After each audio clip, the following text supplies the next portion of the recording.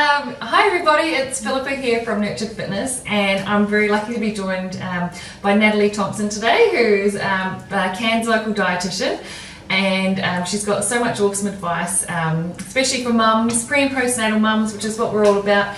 So we really wanted to give you some awesome tips today, just to help realign your nutrition and what we should and shouldn't be sort of putting into our bodies so that we can function better. So Natalie's extra special dietitian because she is a non-diet dietitian, which sounds really unusual, but it's definitely the sort of path and the journey that I try and take my clients down. So why don't you tell us a little bit exactly what your philosophy is and what a non-diet dietitian does. So thanks for having me here today. I'm so excited to chat with you, and I'm so excited to stumble across you because, like you said, we should have met ages ago.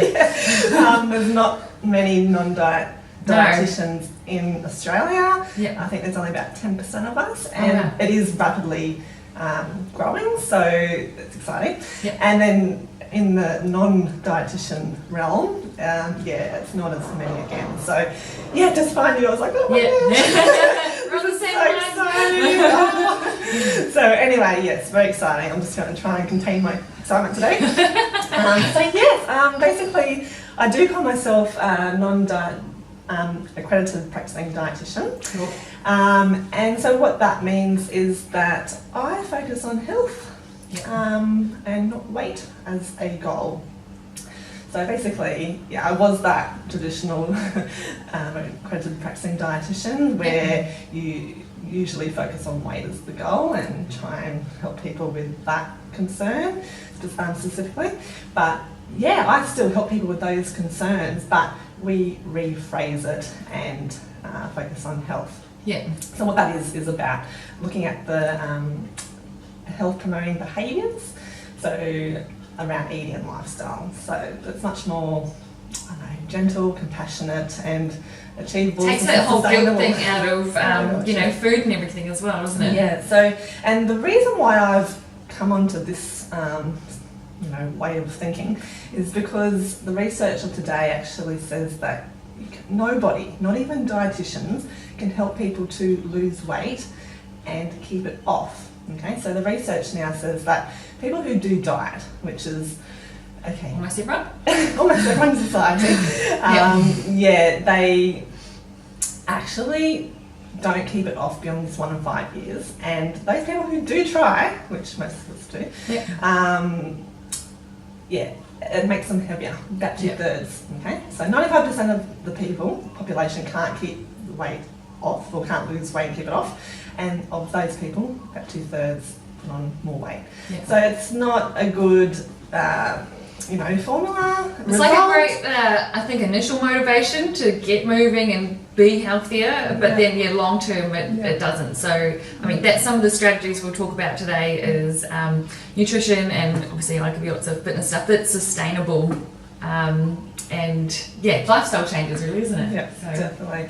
But even then, lifestyle changes is kind of being used as a diet sort of term, just like clean eating and lots of not even mindful eating and intuitive eating. They can be taken as diety sort of terms. So we've got to language is really important, isn't it? Huge on language, and I'm huge on keeping things simple. Huge on keeping things keeping regaining that trust. Okay, because we are more resourceful than what we give ourselves credit for. So you don't need some external diet plan saying do this, when, blah blah. So basically it's all, my approach is about finding moderation for you, or balance. So it is different for different people, but so that's pretty much me in a nutshell. Cool. Can ramble all day.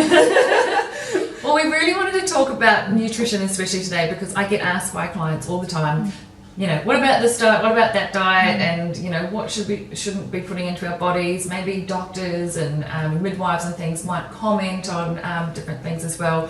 And of course there's just that whole expectation that you're going to lose the baby weight after you've had a baby. So so we're going to dissect it, I guess, a little bit today and give you just some practical things, especially that are mum friendly, because you might get told this advice. But you know, I think nutrition and even fitness isn't rocket science. It's just learning to listen to yourself, because you get really distracted as being a mum as well. So I'm obviously pregnant. My appetite has increased during pregnancy. Some people might comment, or a lot of people aren't afraid to comment on your size in general when you're pregnant, which is interesting. Like, often it's meant as a compliment, but then, you know, if they say, oh, you look really small, you're like, oh, thanks. And for other people, it can be put more doubt in their head that maybe they're not looking after their baby or something like that. Or I've had other women tell me that, you know, they're already in that obese category before they're even pregnant, so, you know, they're worried about, should I be losing weight during pregnancy and things like that. So what do we really need to know about nutrition during pregnancy? Yeah, you just summed up beautifully, Philippa. Like you said, being small or looking small is almost like a compliment these days, and it's really sad because nobody, not even health professionals like myself or doctors or obstetricians, can look at a pregnant woman or anyone that's, you know, and actually determine their health status. You actually need to sit down, do an assessment, ask thorough questions, and then you'll be able to determine if someone is healthy in their body right now. So looking at someone's weight, shape or size is not going to be a good indicator of health.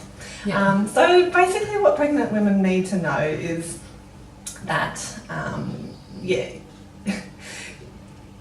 try not to listen to all the noise, okay? Because it gets worse as you become a mum, and that's not going away. So if you can just try and trust yourself, okay? So you do that by listening to your body, you're going to go far, okay? So basically if you take your pregnancy supplements, the minimum is folate and iodine, as per the Food Standards Australia and New Zealand guidelines. So you can Google that on the website for ZANS. And so if you find that, basically take them, the folate 3 months before trying to fall pregnant, and then once you're pregnant, the iodine and the folate. And if you're breastfeeding, the iodine is important to continue with as well. But if you are one who worries about if they're eating well, and maybe you're not eating as well as you possibly could be because of morning sickness or some other condition, a multivitamin, multi-mineral supplement would be ideal that contains the folate and the iodine. But at the end of the day, do that and really listen to your body. So we call this intuitive eating. So eating when you're mostly hungry, stopping when you're mostly content or full, and choosing foods that you mostly feel like. And sometimes those cravings are important, right? So your body telling you need a certain mineral or vitamin or something. That's right. But if you don't get cravings, don't freak out at all. I myself didn't have any. But everyone's different, so don't feel that you will or you won't. So if you really focus on yourself, you're gonna do what you really need to do. So just kind of block out the noise, like we were saying before, and you should be okay. But of course, any issues with anything, seek professional help, and they'll be able to tailor it just for you. Perfect. And then, so breastfeeding. Sorry, I've got baby brain, so I'm going to check my notes. Anything different when we're breastfeeding as well? You've mentioned iodine is the main thing, and obviously our appetite kind of stays a little bit higher when we're breastfeeding too. So just on the appetite, like I've got 2 children, and my pregnancies were way different. I was thinking, I'm going to have different gendered babies because pregnancies are so different. No. 2 boys. But my first pregnancy, I was hungry like so much all the time, and with my second one, no, not so much. Maybe a little bit more, but so you do need to respond to that appetite, because that appetite is the biological way of saying you need more nutrients, you need more food, you need more nutrients.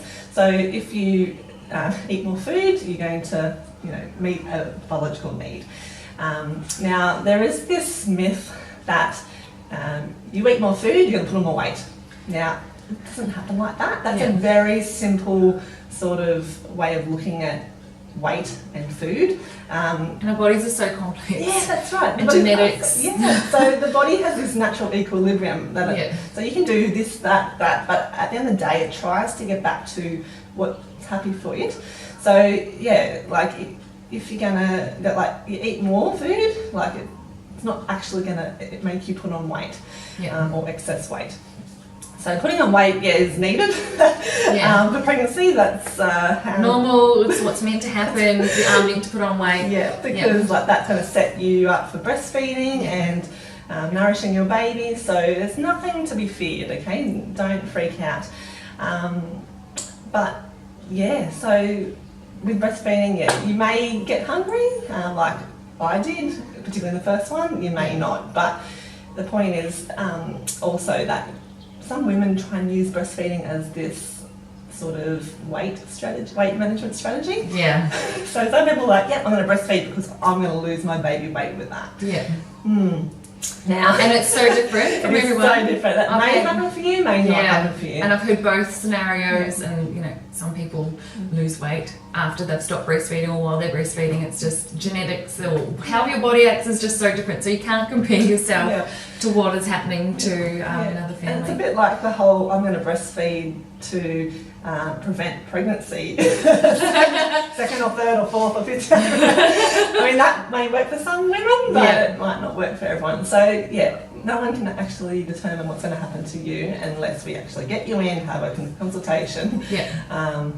So be guided by your appetite and don't fear weight or weight gain, because that's what's going to happen. If you don't want to gain weight, I mean, don't get pregnant. But then again, we can't even control that you won't put on weight when you're not pregnant. So true. Like, just think about it. I like to use this example with my clients. Okay, imagine, not imagine, but you were born about 3.5 kilos or about 7 pounds something, and think about where you are now.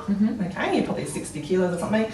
And your face does not even resemble the face of you as a baby. So, just think about it. We're on this continuum of life, and we're always changing. So how I look now, I'm not going to look like this when I'm 70, because that's just part of life. So if we just try and fixate or focus on a certain body weight, shape or size, I mean, you're setting yourself up for failure, really. It's not, we're not meant to be like a table or something. We're not meant to be like this the same all the way through. So we need to kind of change that mindset. That's a huge thing with what I do with my clients. And that's a big shift. It's not something you just decide to do. No, and it's not something I can say, this is how I do it. All right, done. Different for different people. But there is a grieving sort of process that happens with the work I do. Because, people often hear my message for the first time and go, oh my gosh, this is really confronting. So, there's a lot of compassionate care that goes on. And Natalie's done a blog for me on my website recently about losing the preoccupation with losing the baby weight as well. So check that out, because that goes into that a bit more detail on just other things you can focus on and change your mindset with, instead of just focusing on weight loss after you've had the baby.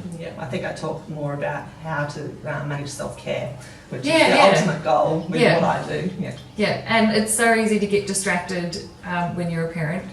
And I know we're talking a lot about mindful eating and listening to your body, and but I know for many of my mums, lunchtime is that hardest sort of meal to sort of focus, because you're distracted. Whether you've got a toddler or a baby, sometimes you don't know whether they're going to sleep. It just becomes this crazy part of the day. I remember with my first, just eating a whole box of crackers because you're not necessarily prepared or whatever, or just life gets a little bit crazy at that particular time. So do you have any points for mums to actually get through that time and still listen to their body and, slow things down a little bit? I actually wrote a blog post on my site about this just recently, so you can check out my site. You can link to it in the notes. But basically, I mean, like you said, it's a crazy time. You're responding to your baby's needs ongoing throughout the day. So I like to say to my clients, well, when your baby cries for milk, why don't you check in with your, obviously get them settled with a bottle or breast, whatever you're doing, and then check in with yourself. How are you feeling at this present point in time. Are you feeling hungry? Are you feeling thirsty? You know, yes or no, or you know, how far away do you think you are from all that? So like drinking and eating, and then kind of respond in a way that can meet those needs now or soon after. So often, people just don't listen to their bodies. No, so, they don't. It just comes back to this. It's all baby focused. But if you can't care for yourself, you're not going to care very well for your child. So people like mums get this sense that, you know, they're being really guilty. All been there. But no, really, if you can prioritise yourself and then your baby, that's going to support both you and your baby. So check in with yourself. Are you hungry? Are you thirsty? And whenever you get a chance at that point, go to the fridge, to the cupboard, and just I often get what have you drink need. bottles just all around the house, That's, just in case. That's a great solution. That's one thing I like to do, like, you know, very timely.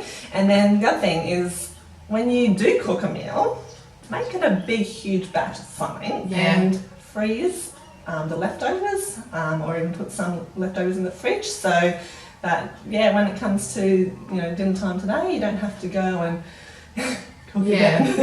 And it's not that I don't think mums don't want something nourishing, it's just having the appetizing thing. So if last night's dinner was great, then awesome, it's there and it's easy.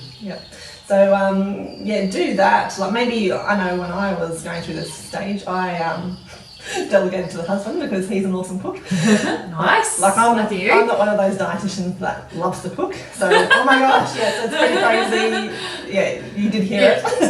I'm not the traditional foodie sort of dietitian. I do like to eat.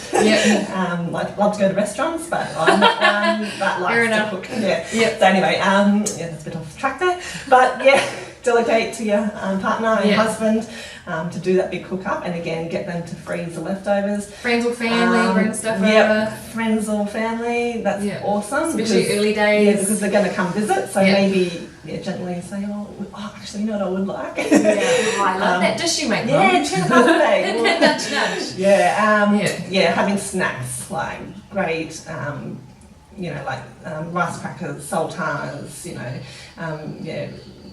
fruit in tins or containers.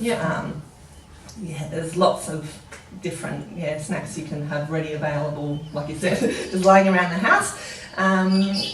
Preparation really, just preparation is key, options and organisation. So we don't just survive off toddler scraps. What have I eaten? I've eaten 4 crusts and half a mandarin. And at the end of the day, I mean, if that's what your story is, that's totally fine. I mean, and it's never going to be perfect every day. No, we're not aiming for perfection. And this stage just goes by, you know, with a blink of an eye. So if that's what you need to do to get through the day and be sane, totally. Do that. But if you are a bit sick of eating your toddler scraps, or any other scraps around, just maybe look at these ways. Awesome. So I think people overcomplicate nutrition and food a lot as well. Like it's really not that complicated, but because there's this diet and that diet and shakes and things about, you know, what are we really being misled about, and what do we need to know about just food in general? But it doesn't need to be complicated. Like I said before, mums are led to believe a lot of myths, and it's just so easy to do that at this stage because we're so vulnerable. Like, we are going through major changes and we don't know if we're coming or going, and it can feel really scary. And when someone gives us this hope, this dream that we can do X, Y, and Z, we latch onto it because we're like, thank you, you're showing an interest in us, you're caring for us. Like, so I totally get it, like we've all been there. But we're led to believe that our bodies will bounce back from pregnancy. Now, it may, for some people, may not, but don't try and hold on to this hope, this dream that you will. Like, for me personally, my body did bounce back, but it didn't bounce back to the pre-pregnancy state. So my shape is totally different now. And that was hard to take, like, because we get these messages every day that, you know, you're going to be like your 20-year-old self. That's right. Like, I had just a bit off the track. I have known these people who get married at say 24 or some young age like that. Yeah. And every wedding anniversary, they try that dress on. And to make themselves feel guilty. I know. I'm like, what's the go there? Yeah. But they just think that, you know, that was their best looking stage of their life, and they should always look like that now. So they try that dress on, and if they don't, it's not great at all. Lots of shame and lots of guilt come from that, and that just, you know, sets up for disordered behaviours, particularly around eating and body. I actually put my wedding dress on last week. It's made of lycra. Okay, so put it over my bum. So you can definitely wear that every day for the rest of my life. Yeah. That's awesome. Oh, I have to check that out. A typical fitness person wear lycra for everything. Oh, awesome. Did you get married in a gym? No, but yet. Yeah. Awesome. So okay, back on track again. Don't mind us. Yeah. So this belief that will bounce back. Yeah. It's just crazy. Yeah.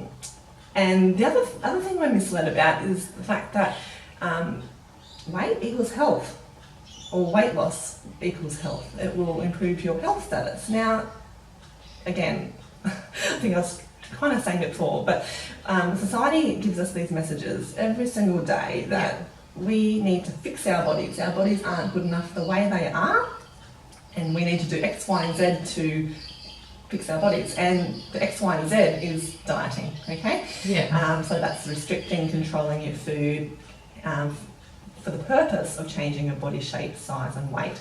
So whenever we receive those messages, we're always going to feel crap about ourselves unless we have that awareness to know that that's rubbish and diffuse it. So just be mindful that weight does not equal health, and you can be healthy in your body right now with focusing on health behaviours, okay? Health promoting behaviours like eating and lifestyle. So they're the two things that we're misled about. Now, so basically the secrets we need to know about being a mum in this day and age is keep things simple.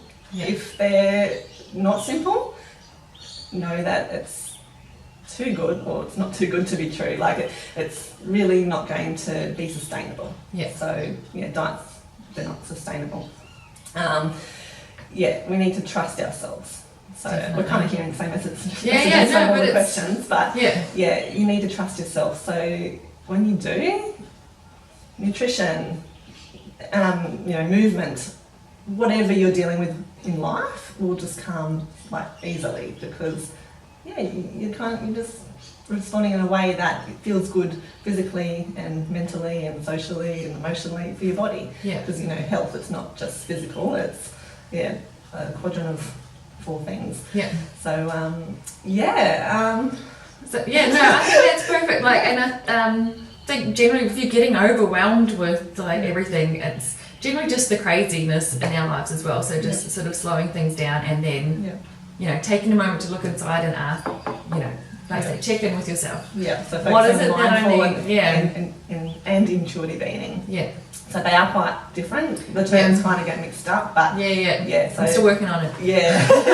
So mindful eating is more the act of being present when you're eating food, and intuitive eating is more checking in with your internal body signals or your appetite and following that way, or responding in such a way to meet your needs that way. So intuitive eating and mindful eating satisfy that physical nourishment side of nutrition, and also the pleasure side, which is so important. Like food's good. Food is meant to be enjoyed, like food. Not just to be eaten to sustain life. I mean, but it's part of culture and tradition, and So if you don't view food as an exciting part of your day, maybe there's some sort of issue there. Yeah, definitely. Yeah.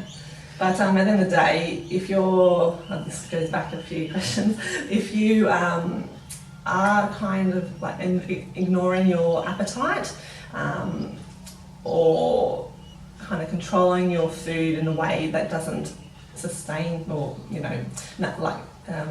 make your appetite go less, you need to probably reach out to a non-diet APD like myself, or non-diet pre-postnatal assessment like Philippa, because you're kind of going into the realm of disordered behaviours when it comes to food and nutrition. And they very rarely just get better on their own when you kind of get in that tangent. So definitely. So hopefully that answered your question. That's awesome. We can and we will talk about this stuff all day. But if you want more information, jump onto Natalie's website. So delectabledietetics.wordpress.com. I'll have all the links there, or check out nurturedfitness.com for lots of information, and you'll be hearing more from us soon to give you some awesome tips. But if you have any questions, then pop us a message, email or Facebook, and we'll chat. Thanks so much. See you guys.